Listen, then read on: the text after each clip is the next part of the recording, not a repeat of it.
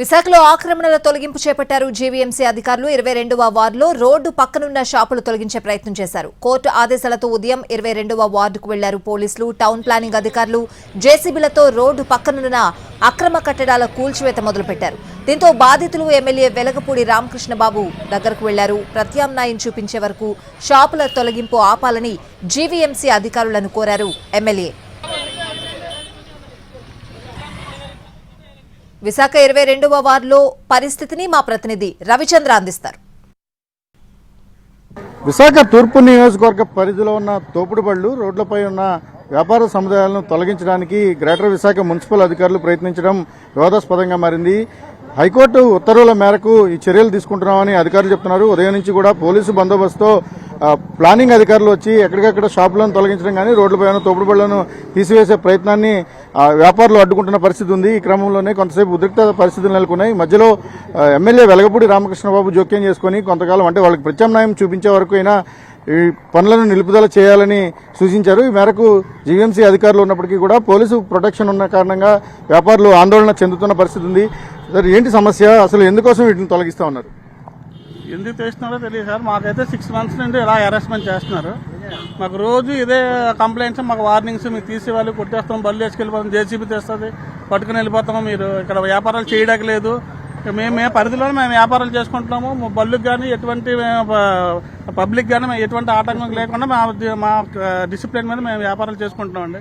మమ్మల్ని అలా కూడా చేసుకునేవట్లేదు. వాళ్ళు ఏం పంతం పెట్టారో తెలియదు కానీ ఎలాగైనా తీసేవాలని చెప్పేసి ఎక్కడా లేనిది మా మీద తోపుడు బళ్ళ మీద హైకోర్టులో కేసు వేసి మరి స్టే తెచ్చుకున్నాను తీసుకోవాలంటే ఇది చాలా ఆశ్చర్యకరమైన విషయం అండి. ఇది మేము మా కాళ్ళ మీద మేము ఏ ప్రభుత్వాన్ని కానీ నాయకులు కూడా ఎవరిని నిందించకుండా మా కాళ్ళ మీద మేము బ్రతుకుతున్నాం. ఇక్కడ మా బ్రతుకులను కూడా చెడగొట్టాలని చూస్తున్నారు.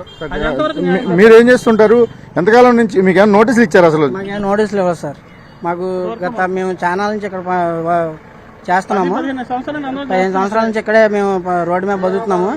మాకు కావాలని రోడ్ల మీద బల్లోల మీద గంజాలు అమ్ముతున్నారు, సిగరెట్లు అమ్ముతున్నారు, డ్రగ్స్ అమ్ముతున్నారు అని మా మీద కంప్లైంట్ పెట్టి మమ్మల్ని రోడ్డుకి లాగాడండి. రైట్.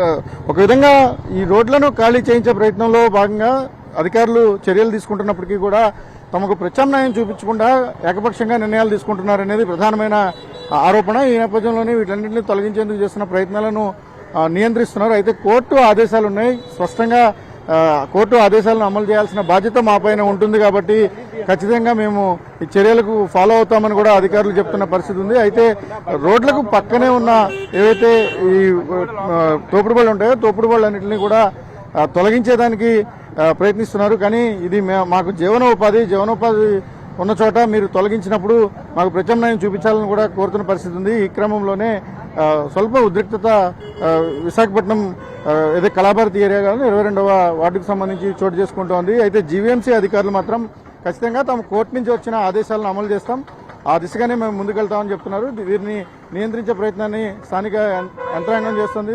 స్థానికంగా ఉండే అధికారులు తీసుకుంటున్న చర్యల మీద వీళ్ళంతా కూడా ఆందోళన వ్యక్తం చేస్తున్న పరిస్థితి ఉంది. ఓవరాల్గా విశాఖ పరిస్థితుల్లో విశాఖపట్నానికి సంబంధించి ఎక్కడా లేని రూల్స్ మా దగ్గరే ఎందుకు వస్తున్నాయనేది మాత్రం ఇక్కడ తోపుడు కార్మికులు కావచ్చు లేకపోతే ఇతర నివాసితులు కానీ చేస్తున్న పరిస్థితి ఉంది. ఓవరాల్గా ఇదంతా కక్షపూర్తిగా తమ పైన కుట్రకట్టి చేస్తున్నారని కూడా ఆందోళన వ్యక్తం చేస్తున్నారు. సురేష్ రవిచంద్రన్, టీవీ, విశాఖపట్నం.